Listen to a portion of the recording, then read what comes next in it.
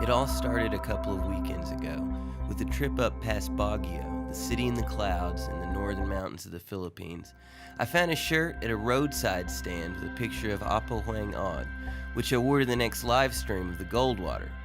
It was then that the idea to travel up into the tiny village of Buscalan, Tinglaya, Kalinga, Philippines to get traditional Kalinga tattoos and document our journey was first floated around. Apo Whang is the oldest batok, traditional Kalinga tattooist. Apo Whang tattooed headhunters and the women of the ButBut village in Buscalan from the age of 15 on. The headhunting tradition, by the way, was alive and well up until the middle 1900s. Originally, tattoos were earned by warriors when they killed the enemies of the village. This was called fi'ing, but laws against such tattoos ended that portion of the tradition for good in 1972. This is similar to the pintadoras who appear in the Boxer Codex from the 1600s, a collection of superstitions of various island cultures which also features some of the earliest illustrations of the Filipino people, including the painted warriors. Whang Od has been proposed to be one of the national artists of the Philippines or one of the national living treasures as of October of last year for her part in keeping an ancient tradition alive. So far, she has thankfully trained 2 apprentices, her grandnieces, Grace Palikas and Ilyang Wigan. Grace, her first apprentice, is now considered a master batok herself.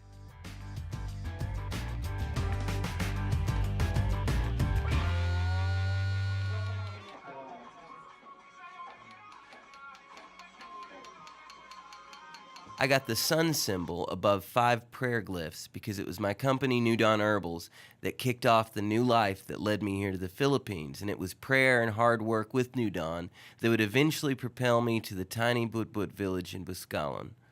Whang Od is considered a living legend here in the Philippines. As a result, she's been kept busy for years with tattooing tourists who make the long and somewhat precarious trek to ButBut proper. From Manila, it was about a 16-hour journey. We took the bus to the end of the line in Batok. Batok, by the way, had a long-standing rivalry against the mountain people of Kalingas many years ago. After around 12 hours on a bus, we had to wait for a jeepney to take us from Batok as far as the road would lead us. Conditions, like I'd be operating at 100% efficiency, but life rarely occurs under what you call ideal conditions. So, you know, you roll with it. That's what makes it an adventure, right? Yeah, so we're just like waiting for a jeepney or like a van or truck to get us on the jump off point because the jeepney took off without us. And the next one's not till 2:30? Yeah, so we're like stuck and it's just like 10 a.m. Something like that, not noon yet. Yeah, so we're waiting. Waiting game strong. I remember riding the jeepney from the topload. It felt like riding a roller coaster without being strapped in until I found a good grip to hold myself steady. At one point, I was wondering why there were rocks lying in the road, large ones, all in a line. The caution falling rocks signs that began appearing shortly after cleared that up.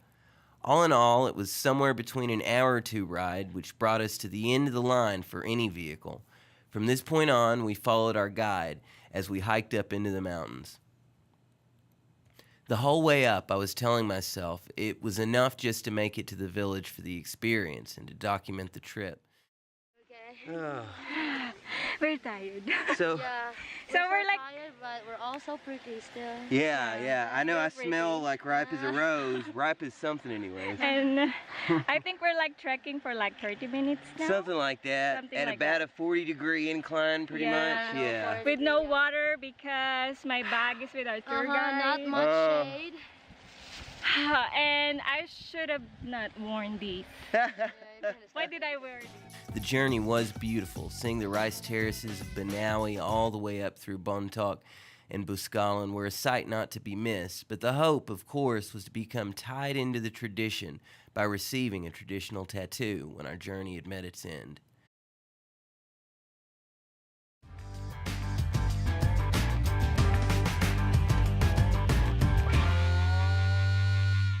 Salvador Amores wrote the book Tapping Ink Tattooing Identities, which is considered to be one of the most comprehensive volumes on the traditional Kalinga tattoo art.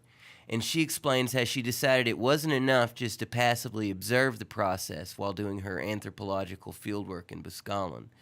I completely understand her perspective, despite the fact that the process is painful.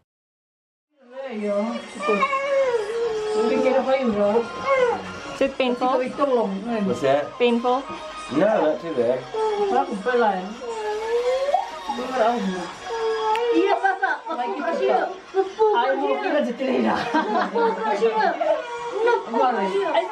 Oh, no. The dangerous hike and finally receiving the whatok sa'awi, a tattoo of the past, was the best way to immerse myself into the experience and into the culture. Salvador Amores brings up the works of anthropologists Van Gennep and Gell, referencing theories on the cultural importance of tattooing in the context of certain rites. The tattoo is a process. There's the wounding, the healing, and then the permanent mark. She brings up the types of rites, the rites of separation that call for the initiate to leave society for a time, the rite of transition, and then finally the rite of incorporation or reunion with society. It's about the process more than the outcome, according to Salvador Amores. Traditionally, tattoos were a sign of cultural identity, akin to the ceremony of receiving a name, another step into personhood. From that standpoint, my choice to receive this cutaneous bodily archive was a rite of transformation. The tattooing process, as I mentioned, is very painful, like being stung by a bee over and over, and about 90 taps per minute. It's the sound of the tapping, tok, tok, tok, that is the etymological source of the name for the tattoo, batok. Residents of Buscalan said that finding the gisi, or tattoo thorn, is becoming more difficult as more and more people take the pilgrimage to the village to take part in the ancient tradition of Kalinga tattooing. The tattoo, among other things, is seen as visible evidence of pain endurance. For me, the pain was transitory. It would come and go.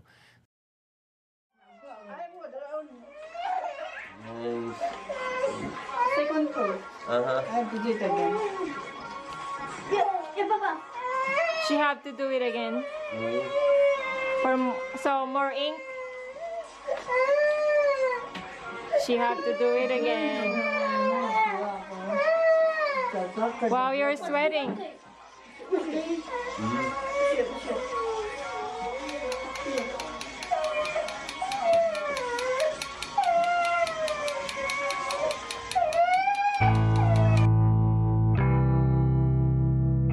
The tattoo stands at odds with modernity. Some tattooed Kalinga elders try to hide their tattoos as they venture outside of their native village. There's some judgment in certain circles about tattoos in general, which may go back to the Austronesian taboos regarding pain and bloodletting. Even within the culture of the Kalingas, it is considered taboo to tattoo one's own female relatives. This is why Apo, which means grandmother, Apo Whang Od, had to learn the art from her father without being taught, merely by observing. If you plan on taking the trek to meet Apo Whang to get a tattoo, by the way, a warning, don't come on the weekend as there are too many tourists. Also, be aware at this point, due to failing eyesight, she only does her signature tattoo of 3 dots. The people of Buscalan were warm and friendly. When asked if they would prefer the village to be easier to approach, though, our guide admitted that he was happy with Buscalan being difficult to reach. In emergencies due to lack of Wi-Fi and cell phone signal, walkie-talkies have to be used, and a bambulance, a homemade stretcher made from bamboo, is employed in case someone is injured. Our guide told us that the previous year someone had actually died on the trip up to the village. And I'll admit, in between having my sandals sucked down into a rice paddy and slipping on a stone on the way up and nearly sliding off, I believe fully that it would be quite possible for the trip up to end in disaster or tragedy. But that was part of what made the whole experience feel like such a grand initiation. At one point, I lost Diana, her Tita, and Maria, and ended up in a circle with several folks who kept passing me several shots of some local vodka. In between this and the kratom I had taken, I'm sure it made the pain a bit more bearable, but I'm almost surprised the alcohol didn't thin my blood so much as to make me bleed out, as the circle kept passing me drinks despite my mentioning after the second one. You need to get your tattoo. That's why we're here. Yep, okay. Welcome to our house.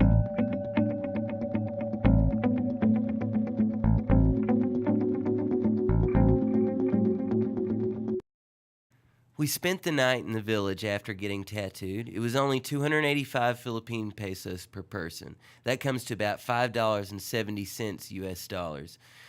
That and what little we paid for our meals while we were there and the cost of the transportation is all it really took. My tattoo was a large piece, the sun, and 5 small pieces below it, the row of prayers, which came to 1,300 Philippine pesos, or about $26. The cost, however, was paltry compared to the experience. Being raised in the mountains in a rural surrounding where it's not uncommon to hear roosters and chickens throughout the day and see other livestock all around the block, it was a nice change of pace compared to the hustle and bustle of Metro Manila. I'll admit I was actually a bit sad to leave the village and its lack of cell phone signal and Wi-Fi to head back to the daily grind of being hunched in front of a computer screen 10 to 14 hours per day. One thing is certain, the trip was an amazing, near otherworldly adventure that will stick with me for as long as the ink tapped into my right shoulder.